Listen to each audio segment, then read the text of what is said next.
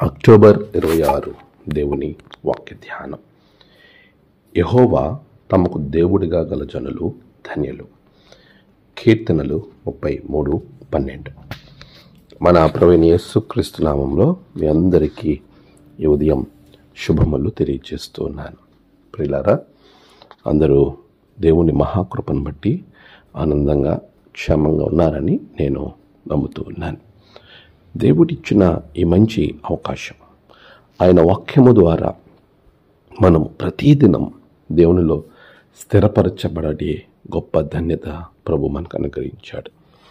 ప్రభువులో మనము ఆనందించి సంతోషించి దేవుని యొక్క వాక్యము మనలను నడిపిస్తుంది అని అంటే అది ఎంతో ఉన్నతమైన ఆశీర్వాదం కదా. ఈరోజు ఆయన వాగ్దానాన్ని మనం చూడండి. ప్రభువుని, దేవుణ్ణి, యెహోవాని మనము దేవుడిగా చేసుకుంటే ఆయన బట్టి మనము ధన్యులుగా మార్చబడతాం. తండ్రి మనతో మాట్లాడుతున్నటువంటి గొప్ప మాట, కుమారునిగా ఈ లోకానికి వచ్చిన యేసు స్వామి పరిశుద్ధాత్మగా ఇప్పుడు మన మధ్యలో నివసిస్తున్నటువంటి పరిశుద్ధాత్మ దేవుడు, త్రియేక దేవుడిని మనము దేవునిగా చేసుకోగలగాలి. మనము ఆయనను దేవునిగా చేసుకోవడం అంటే ఏంటి? మనము మన జీవితాలలో క్రైస్తవ కుటుంబంలో పుట్టాము కాబట్టి, లేక మా పూర్వీకులు దేవుణ్ణి ఆరాధిస్తున్నారు, నేను ఏదో ఆ పరిస్థితిని బట్టి ఆరాధిస్తున్నాను అని అంటే అది దేవుడిగా చేసుకున్నట్టు కాదు.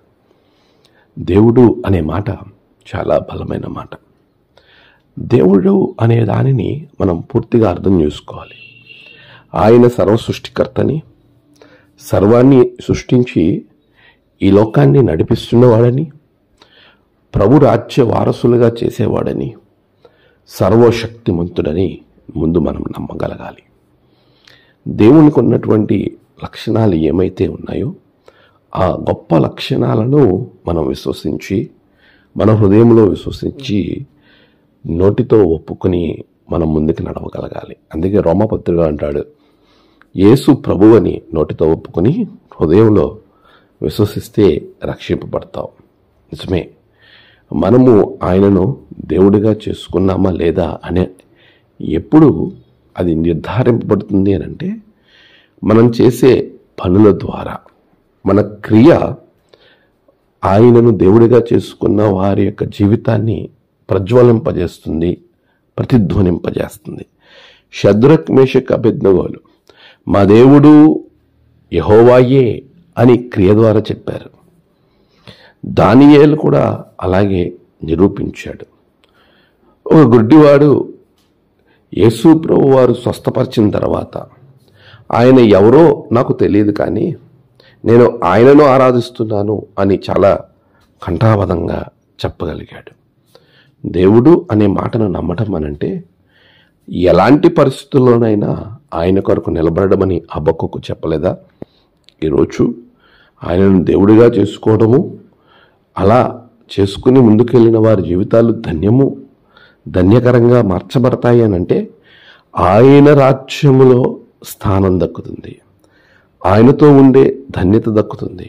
అలాంటి ఆశీర్వాదం ప్రభు మీకు అనుగ్రహించునుగాక. ఆమేన్. ప్రార్థన. సర్వశక్తిమంతుడా, గొప్ప దేవా, నీ బిడ్డలను దీవించండి. ఈరోజు ప్రభువా, నీ ఆరాధనలో పాల్గొంటున్న ప్రతి బిడ్డ మీద నీ ఆత్మాభిషేకం ఉంచండి. జరుగు ప్రతి స్థలములో మీరు తోడుగా ఉండండి. ప్రయాణములందు, వారి పని పాటల యందు, తలపెట్టిన కార్యముల యందు జయములను బిడ్డలకు అనుగ్రహించండి. నేడు జన్మదినము, వహదినము, ఆయా విశేష దినములు జరుపుకుంటున్న బిడ్డలను బహుగా దీవించండి.